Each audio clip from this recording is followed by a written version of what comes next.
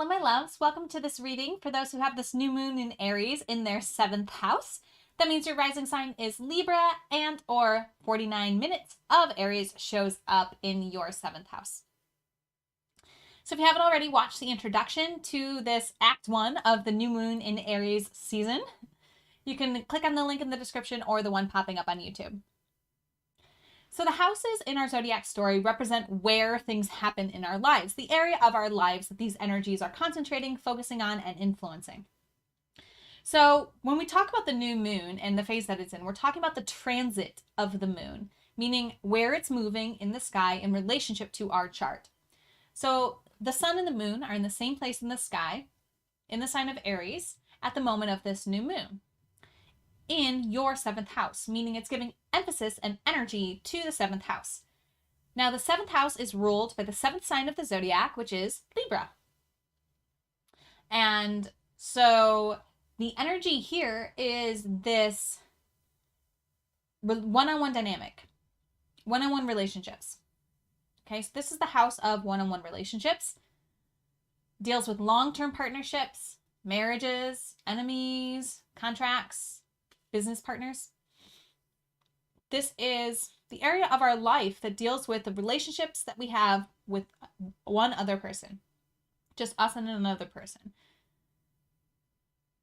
Interestingly, any planet that you may have in Aries, if you watch the solar season reading of Aries, or if you want to go do that after these readings, you can add more information about the planet's significance in Aries for you by adding the where of the 7th house to your understanding.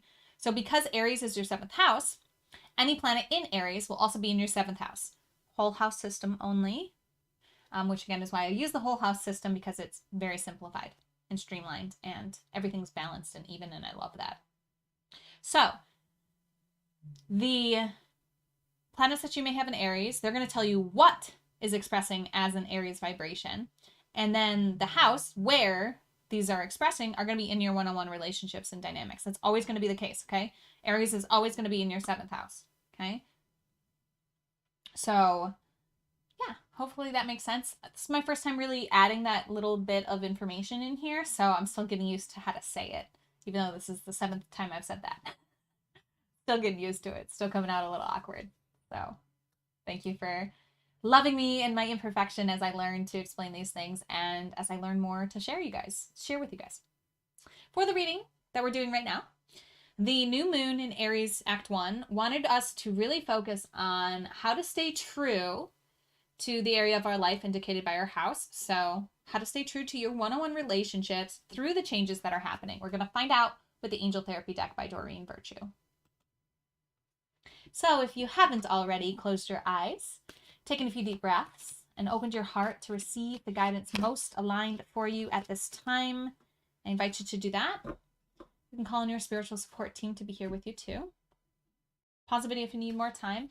Remember that the way the energies work is, even though the card was drawn before you called in your guides, you can call in your guides before you receive the information and they're still going to be here with you, okay? They aren't tied to time the same way we are.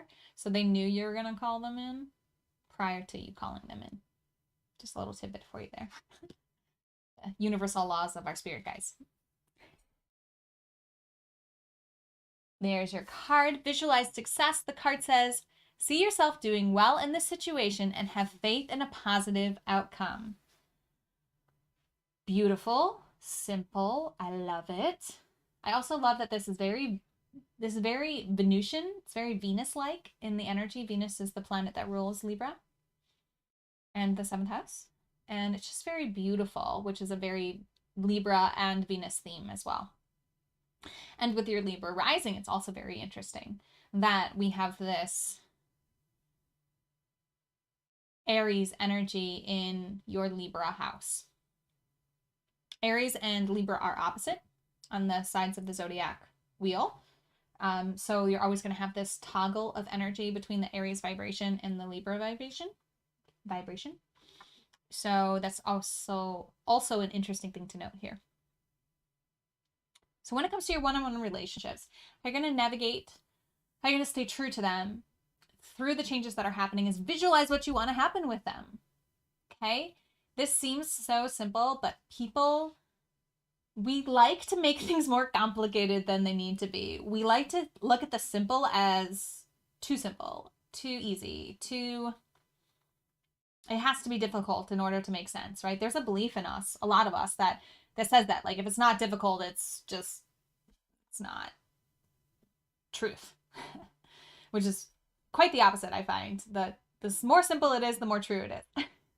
So visualizing success is super, super, super important. Like, I can't stress this enough. I've studied scientific research that proves this. I've been a scientist myself and experimented with this in my life, and I have seen time and time again how powerful this visualization technique is. When it comes to your one-on-one relationships, see yourself doing well in the situation. See yourself navigating your one-on-one relationships with grace and ease, and put your faith in a positive outcome and resolution there. This means taking time to sit with your eyes closed and visualize. Set a timer for 5 minutes. I don't care what you need to do to give yourself a framework for this, but you need to give yourself a framework for this, okay? For some of you, it might be drawing. I love drawing. So if you can draw the situation going well, whatever that means, like even just drawing like a stick figure that represents you, has a shirt that says your name on it, and a stick figure that has a shirt that says their name on it, and little heart bubbles in little like speech bubbles, little hearts inside speech bubbles above their heads. Okay? That's a way to visualize success. You know, you're actually putting it into form, visualizing it. You can journal about it. Okay? You can just write down the story of how you want things to unfold. That's more of creating it versus visualizing it, but they're kind of the same. Creating, I mean, because it's putting it into form, whereas visualization is more of the thought wave forms, image waves, as opposed to like putting it into the physical world through journaling and drawing. So let's go back to the meditation. You're going to close your eyes, set a timer for 5 minutes, 10 minutes, whatever you can spare, at least 5. 10 is better. And just see the situation going well. Just see what it would look like, hear what it would sound like, visualize where the conversation could happen, and have faith in it. Another thing that I don't normally share with this card, but it keeps getting pinged for me to share with you, is a practice that I've been doing that has really helped me shift my one-on-one relationships and helped me to clear energy that is in the way of my even being able to visualize success in the relationship. And it's Ho'oponopono. And that's the practice of saying, I love you, I'm sorry, please forgive me, thank you, over and over and over again. If you want to learn more about that, there's a tab for it on my website at devotedandvulnerable.com. But that's not necessary for what I'm going to share with you. This is my new morning routine to help me in my one-on-one relationships. I sit in meditation after I wake up, and I count on my fingers. I love you, I'm sorry, please forgive me, thank you. I love you, I'm sorry, please forgive me, thank you. I love you, I'm sorry, please forgive me, thank you. I go through all of my fingers 10 times. And then I start again with the second finger. That's the second set of 10. And then I do 10 sets of 10. So 100 Ho'oponoponos, and then 8 extra. So I use the thumb to count off the 8 on the last set. You can count it however you want to. Rosary bead would work too.